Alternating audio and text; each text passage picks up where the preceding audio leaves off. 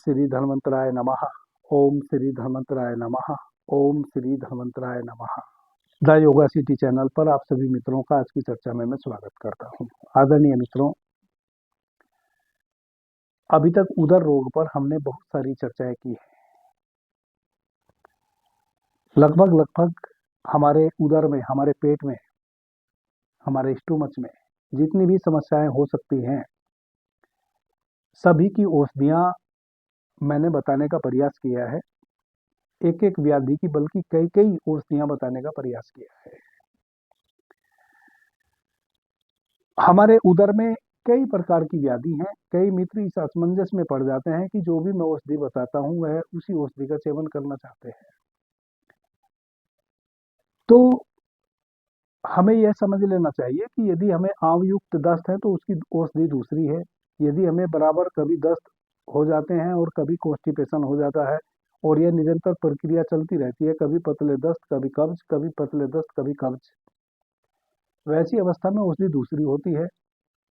यदि हमें चिकना चिकना स्टूल आता है और हमेशा लूज स्टूल आता है और स्टूल इतना चिकना आता है कि वह संडास में जम जाता है, 2-3 बार फ्लैश चलाने के बाद भी वह नहीं बहता, उसकी दूसरी औषधि है। यदि केवल म्यूकस आता है, उसकी दूसरी औषधि है। यदि भोजन ग्रहण करते ही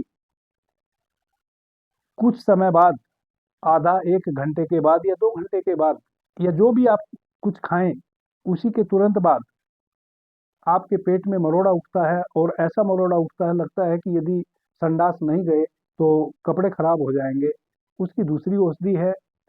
भोजन ग्रहण करने के 4 घंटे बाद यदि हमारे पेट में दर्द होता है और मरोड़ उठता है, उसकी अलग औषधि है।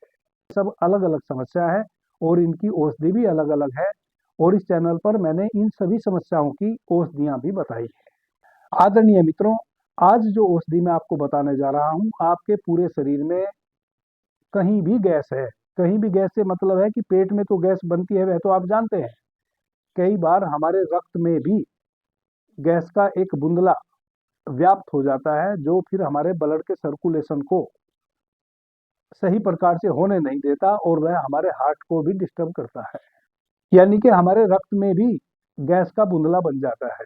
आपके पूरे शरीर में कहीं भी किसी भी रूप में गैस यदि व्याप्त है, उस गैस का संहार करने के लिए, उस गैस का नाश करने के लिए ऐसा गैस नाशक यह नुस्खा है जो किसी भी कीमत पर जिस कार्य के लिए बना है, यानी कि गैस संहार के लिए बना है, उस कार्य को करके ही दम लेता है।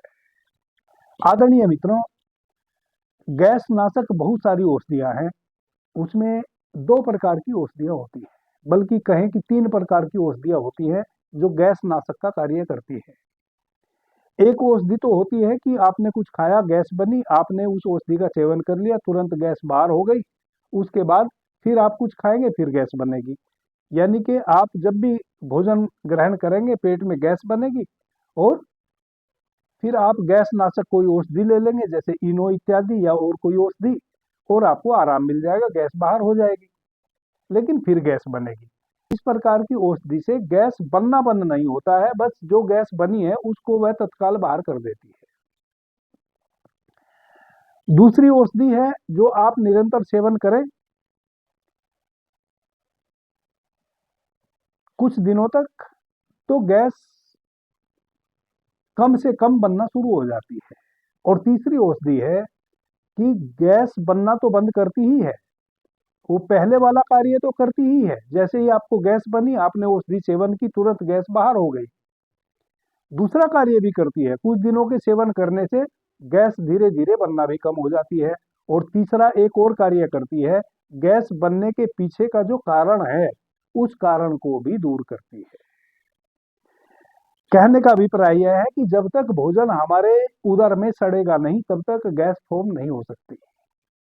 कोई चीज सड़ती है, आप भी जानते हैं, तभी उसमें गैस फॉर्म होती है। और फिर जब गैस फॉर्म होती है तो वह गैस आपके शरीर के भीतर किसी भी तरफ गति कर सकती है। वह जिस तरफ भी गति करती है, जिस अंग की तरफ गति करती है, उसी अंग को वह डिस्टर्ब कर देती है। यदि आपके हार्ट की तरफ गति करी तो आपके हार्ट का वाइब्रेशन बढ़ जाएगा। आपका बीपी फ्लैक्चुएट होने लगेगा। यदि आपके मस्तिष्क की ओर बढ़ी तो आपको कई प्रकार के दर्द हो जाएंगे।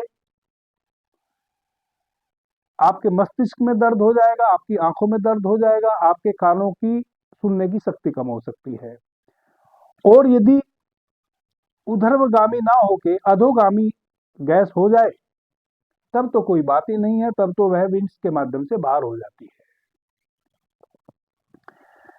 तो आज की जो औषधि है वह गैस तत्काल भी बाहर करेगी और धीरे धीरे गैस बनना भी बंद करेगी, और गैस जिस कारण से भीतर बनती है उस कारण को भी दूर करेगी। इसके अतिरिक्त केवल पेट की ही गैस को बाहर नहीं करेगी, पूरे शरीर में कहीं भी हमारे शरीर में कहीं गैस व्याप्त है उस गैस के एक छोटे से बूंदले को भी बाहर कर देगी। इसके अतिरिक्त यह एक ऐसी महौषधि है जो मैं बताने आपको जा रहा हूं, आपके लीवर को प्रोटेक्ट करेगी।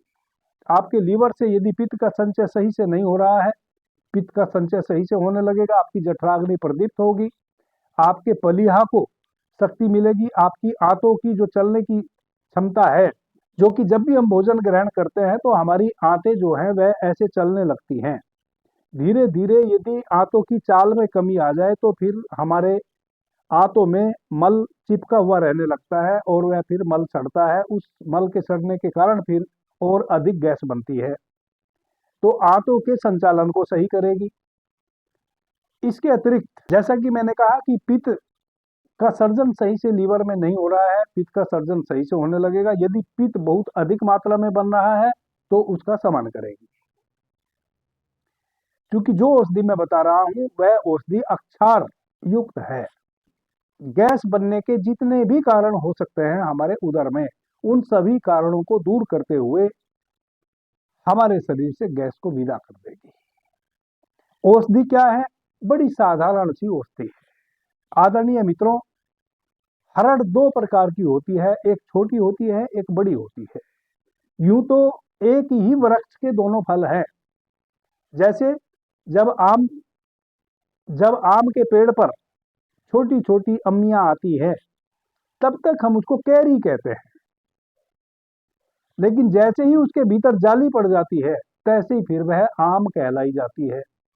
वैसे ही हर्रे का जो वृक्ष होता है, जो हर्रे का कच्चा फल है और वह टूट के गिर जाता है वृक्ष से, उसको हम कहते हैं छोटी हर्रे, क्योंकि उसमें बीज अभी बना नहीं, बीज में जाली पड़ी नहीं। और जो वृक्ष पर पक जाता है फल, वह बड़ा हो जाता है और पककर पीला हो जाता है, उसको कहते हैं हम बड़ी हर्रे हर्रे। तो बड़ी हर्रे हम यूज करते हैं त्रिफला चूर्ण बनाने में। इस योग के लिए आपको छोटी हर्रे लेनी है, जिसको जोंगी हर्रे भी बोलते हैं और काली हर्रे भी बोलते हैं। तो छोटी हर्रे, जोंगी हर्रे या काली हरड़, इन तीन नामों से अक्सर जाना जाता है हर्रे को। आपने छोटी हर्रे ले लेनी है 200 ग्राम, और 200 ग्राम आपने ले लेना है खाने का सोडा, जो हम कभी कभी अपने भोज्य पदार्थों में चुटकी भर डाल देते हैं सोडा, खाने की चीजों में, वह सोडा आपने लेना है 200 ग्राम।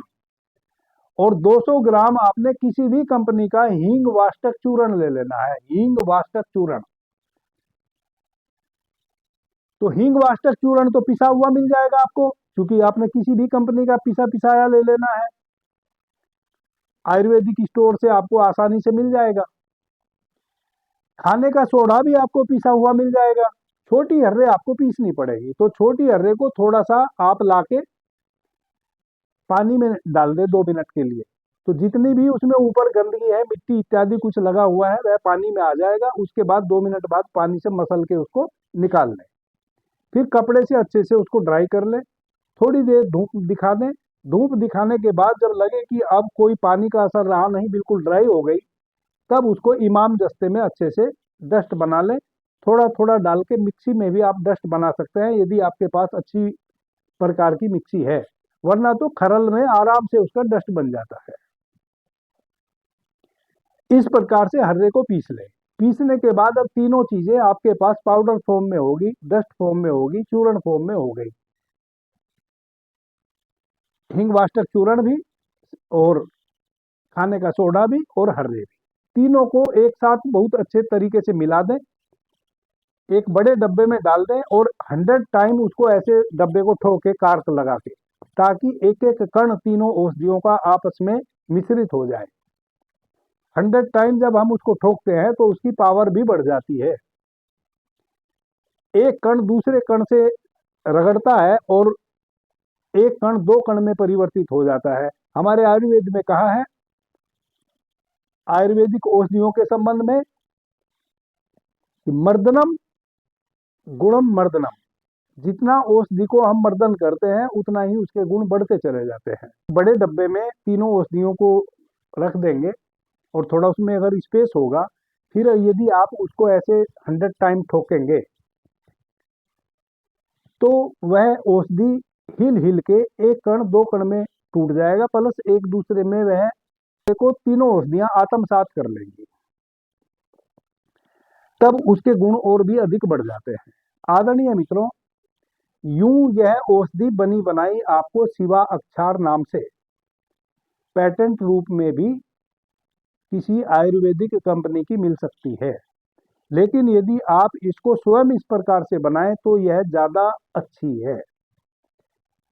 तीनों चीजों को समभाग, यानी कि 100-100 ग्राम भी आप तीनों को ले सकते हैं, 200-200 ग्राम भी ले सकते हैं। यदि परिवार में अधिक लोगों को इस प्रकार की गैस बनने की समस्या है तो आप और अधिक मात्रा में भी इसको बना सकते हैं। तीनों औषधियों को बराबर मात्रा में लेना है। यदि 100-100 ग्राम लेना है तो तीनों को ही 100-100 ग्राम लेना है, या तीनों को 200-200 ग्राम लेना है, या 500-500 ग्राम तीनों को लेके आपने तैयार करके रख लेना है। एक बार बनाने के बाद 6-8 माह तक यह औषधि खराब नहीं होती है। हमेशा जब भी यूज करें एयर टाइट करके रख दें। आदरणीय मित्रों, बड़ी चमत्कारिक यह औषधि है, पहले ही दिन से और पहले ही खुराक से परिणाम लाने वाली है।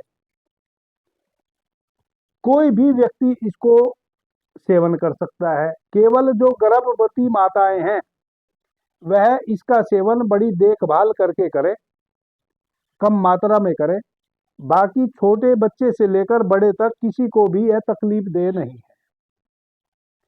गर्भवती माताओं को थोड़ी बहुत समस्या आ सकती है यदि वह अधिक मात्रा में सेवन करेंगी। गर्भवती माताओं के लिए मैं फिर किसी दिन एक दूसरी औषधि बताऊंगा, क्योंकि गर्भवती माताओं को भी पेट में बहुत अधिक गैस बनने लगती है। जैसे जैसे गर्भ डेवलप होता है, स्पेस कम होता चला जाता है, गैस बनने लगती है। उसके लिए एक दूसरी औषधि है, वह मैं फिर किसी दिन चर्चा करूंगा। तो गर्भवती माताओं को छोड़कर बाकी सभी इस औषधि का सेवन कर सकते हैं। यदि और किसी व्याधि से आप ग्रस्त है तब भी इस औषधि का आप सेवन कर सकते हैं। छोटे बच्चों को आप 1.5 से 2 ग्राम एक बार में दे सकते हैं, 7-8 साल के बच्चे को, और 12-14 वर्ष के बच्चे को आप 2.5 से 3 ग्राम दे सकते हैं, और बाकी फिर 14-15 वर्ष से लेकर और बड़े बुजुर्ग तक आप 4 से 5 ग्राम एक बार में इस औषधि का सेवन कर सकते हैं। जब भी आपने इस औषधि का सेवन करना है, गर्म पानी से करना है। इस औषधि को आप कभी भी सेवन कर सकते हैं, सुबह दोपहर शाम, जब भी आपको ऐसा लगे कि कुछ प्रॉब्लम हो रही है आप इसका सेवन कर सकते हैं। यदि आपको नियमित गैस बनती है, जैसे 75% कार्य हमारे वैसे हैं जो हमें बैठ के करने होते हैं, जैसे जितने भी दुकानदार भाई बहन हैं उनका बैठकी का कार्य है, जो भी ऑफिस का वर्क है उसमें बैठने का कार्य है, जो गाड़ी ड्राइव करने वाले ड्राइवर हैं उनका बैठने का कार्य है। समस्या क्या हो जाती है कि जैसे ही आप भोजन ग्रहण करने के बाद बैठने का कार्य करते हैं तब आपको गैस बनने की समस्या आ जाती है। तो जो भाई बहन अधिक बैठने का कार्य करते हैं और उनको गैस बनती है, उनके लिए तो यह रामबाण की तरह है। और मैंने एक तजुर्बा देखा है, जिन मित्रों को मैंने दिया है, देखा कि उनका पेट जो है वो 1.5 से 2 इंच उसी समय नीचे पहुंच जाता है जैसे ही वो इस औषधि का सेवन करते हैं। क्योंकि लगभग लगभग आज के समय में 90% लोगों को गैस बनने के कारण पेट फूला रहता है। पूरा शरीर दुबला पतला है और पेट बहुत बड़ा है, इसका मतलब पेट में निरंतर गैस बनी हुई है। यह औषधि आपके शरीर में एक बूंदला भी गैस का नहीं छोड़ेगी। और यदि आप 3-4 माह निरंतर इस औषधि का सेवन करेंगे तो गैस बनने के कारणों को भी यह दूर कर देगी। फिर आप साल 2 साल तक बिना औषधि के स्वस्थ रहेंगे। जब भी कभी फिर आपको वैसा लगे कि फिर से गैस बनने लगी है, क्योंकि जिन कारणों से गैस बनती है वह कारण तो आप दूर नहीं कर सकते।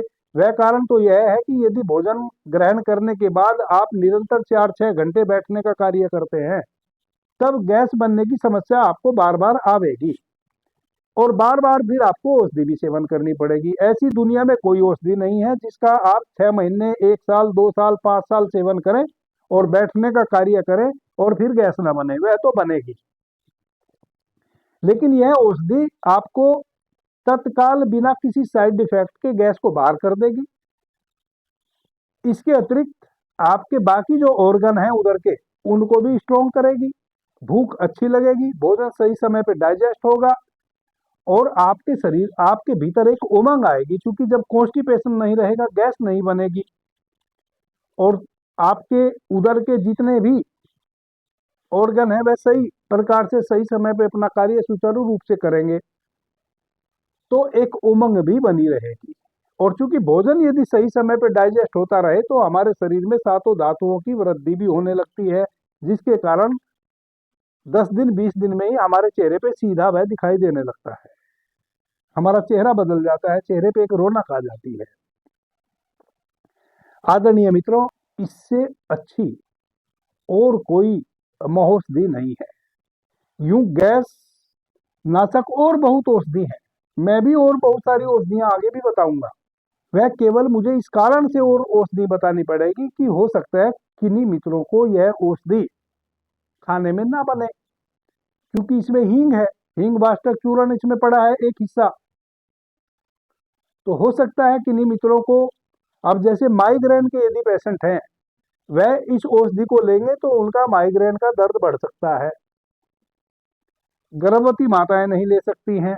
गैस नाशक यह बहुत ही सर्वोत्तम औषधि है और गैस नाशक होने के साथ साथ यह आपके लीवर फंक्शन को, आपकी आंतों के फंक्शन को, आपकी जठराग्नि को भी प्रदीप्त करती है। इसलिए इसको हम कह सकते हैं कि यह आपके उदर का डॉक्टर है।